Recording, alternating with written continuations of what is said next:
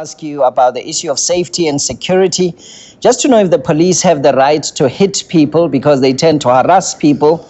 This is the allegation that is being made here. What are your thoughts on that? That's the one part of the question. The other part is just about looking at the rural areas and rural development. Now, there's a project that has come to our attention in Mokwase in the northwest, and I think there's a gentleman who's been trying to get in touch with us here at Morning Live. He's there at the breakfast. His name is Mishak Sibia, table number 39. It's a project that seeks to develop trucks and so on, but they are struggling to find funding for projects like these. Now, it would seem the struggle to find the funding in some ways does undermine your effort to say, let's create jobs, particularly in the rural areas. What are your thoughts on those two issues? Well, Vio, firstly, the question of safety and security and the behavior of the policemen and women, we are very clear. You have to deal with our citizens in a manner that is acceptable. No police person is allowed to harass citizens. Otherwise, that's not policing. Citizens must feel safe when they see a police person. That is why we take action if a police person misbehaves towards the citizens. We think it is very important that should be taken into account. No government can say police must harass citizens. Otherwise, there's no governance. They must handle citizens with respect. But they must handle criminals as criminals and arrest them. And the arrest is actually prescribed within the law. You can't, for an example, kick around a person because you are arresting a person. It must be done with respect.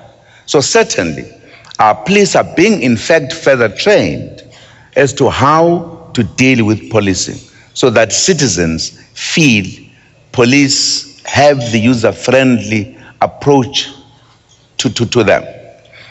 With regard to the resources to start business, I think there are departments that deal with this issue. If at all somebody wants to invest and wants to get the funds. Now, it is either you go through the banks or through the institutions that we have created that help small business to be able to deal with the question of how you are being helped. In the DTI, for an example, they've got a lot of information to help that kind of a person to say, this is what you can do. And if that person is in the tables, and as I said, there are ministers here who could actually help. They could talk to. With your permission, Mr. President, can I just ask Mr. Sabia to make himself known? Because I think the issue here actually is not so much his application process, but I think he was let down by some of your institutions that you've set up. Mm-hmm. So let's just get to his story. Mr. Sabia, where are you? Okay. Because I think this might highlight some of the issues that you have.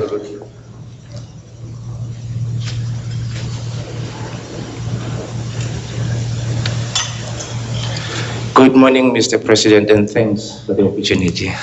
And I'd also like to thank the New Age and SAPC for the opportunity as well. Mr. President, I have embarked in a mission since 2009 of creating jobs. What I do, I founded a company. We do trailer manufacturing. Now, these are heavy-duty trailers for transporting coal and other commodities. Now, it is a very expensive operation. I have started a factory in Mokwase, which was owned by the NWDC. It was derelict for the past 17 years. I've invested approximately 8 million on the project just to revamp the facility because the NWDC did not have the funds at the time. But afterwards, I've also applied from the IDC and the NEFs trying to get funds to further fund the project, which was intended to create 200 jobs and also skills transfer. Now, my question is, I've battled from the IDC to the NEFs with no luck. If I go to the banks, they would need guarantees. Now, you may know that the money that I've spent renovating the factory, I would have used maybe for as guarantees to get funds from the private banks.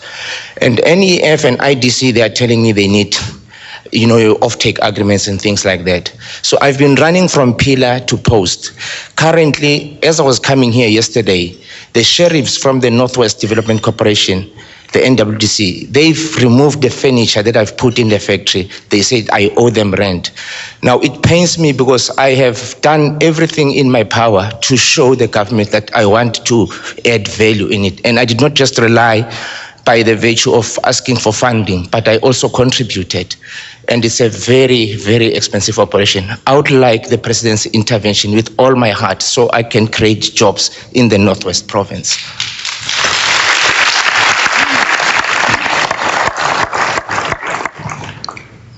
I think these are some of the experiences that our people come across, which are not known. I'm happy that my brother there has raised the issue.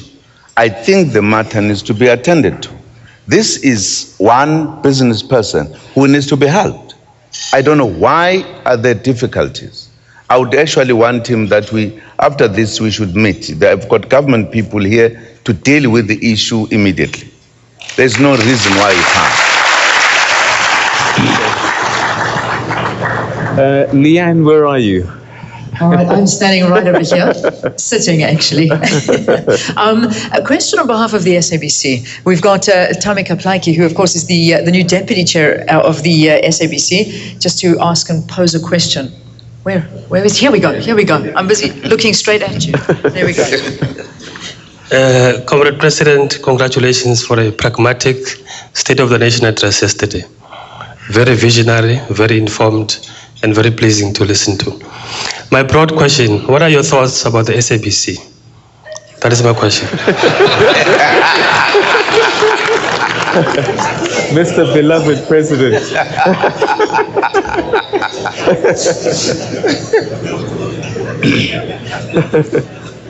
Well, my thoughts about the SABC.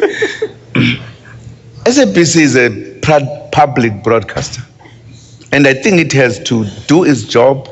It must inform the citizens of this country of what is happening. And it must be very balanced. I think what has happened in the SABC in the recent past, there have been a lot of difficulties which have not made us feel very good. I think now one has a feeling that it is stabilizing. It was not stable. And I think everybody will agree it is now stabilizing. And the SABC must not allow itself to be used for any agenda, whether it's political or business agenda. It must be fair to all citizens. It must give information to everyone. Everyone must feel comfortable with the SABC because it is our public broadcaster. That is my broad thought about the SABC. So you're not using the SABC as a mouthpiece, because that's a perception that's out there in the marketplace for some reason. Me? I thought you were asking, are you not using the SABC as your mouthpiece? You as government, because this is a tag that we have to carry around for some reason, that we're perceived as a mouthpiece for government, and just want your assurance to the people that is that or is that not the case? Not at all, not at all. The SABC must inform South Africans about what is happening. I think what people don't understand is that government governs a country. And therefore the SABC must inform the country what is the government doing. And they misunderstand that as the mouthpiece. Not at all. It's not. It is just doing its job. Nothing more. Okay. That's why I'm saying people tend to misunderstand the SABC, and others tend to use the SABC. For an example, you can't say because we've got problems with government and then begin to say this government is using the SABC. Not at all. Listen to what they are saying, unless you say the manner in which they report is very much biased or is campaigning for the government. But if it gives information for people to know, that's what it is there for. It is a public broadcaster. Okay, let's go back to our tables. Leanne? All right, thank you very much, Peter. Moving away from the SABC, we've got the GCO of the SABC frantically taking notes down from that answer. So thank you for that. Let's move to business now. And I walked straight past you. There you are, table 43, Jeff Rothschild. I think a question that has been scrolling across the screens, and many people want an answer to, Mr. President. Firstly, good morning, Mr. President, and thank you for being here. Thank you for the very positive message that you've given to the country. One of the things that seems to pervade South Africa at the moment is government's paying of small business, especially. People are waiting a long time to be paid, and you hear of small businesses closing their doors because they're not getting the funds that are due to them for having performed services. What is going to be done about this? Thank you. Well, this matter has been raised, and we've taken measures on this matter. We have said no small business must not be paid for a particular period. We've put 30 days as the maximum within which they must be paid. And if there are people in government who are not paying, and I think those businesses must be able to raise the matter as quickly as possible. Because the matter persists, maybe we need to create a special toll number that they must utilize, because we take the decisions, we give instructions, we still get this question coming. Now we need to know, and I think small business people must have a way of contacting government as quickly as possible, because we have a very clear instruction that they must be paid in 30 days. So I think that's what we're going to do. I'm sure we must introduce the toll number. Mr. President, I think when people hear you speaking, they genuinely believe you and buy into what you're saying. I wonder if you're not being let down by your administrators, people below you, who are not carrying out those instructions. That's precisely the reason why I'm saying small business people must therefore have an opportunity to raise the matter as quickly as possible. Are you going to crack the whip? Of course, yes. No doubt about it. Okay. All right, Leanne? All right, Peter. I'm at table 14 now. Devi Paulson. There we go. Devi. Very important question, this. I mean, this cries to South Africans all over, wherever you are. Good morning, Mr. President. Good morning. Just to reiterate what everyone's saying, I think we've got a fantastic positive message about infrastructure, all the investments that your government's going to be making into infrastructure. But what about service delivery, particularly around water and electricity? We, post your speech, you referenced people in rural areas who don't have access to basic infrastructure such as water and electricity. What are you and your government going to be doing to address this dire need? Well, in fact, we have some degree on that. I think that there is also that in case where there was no water.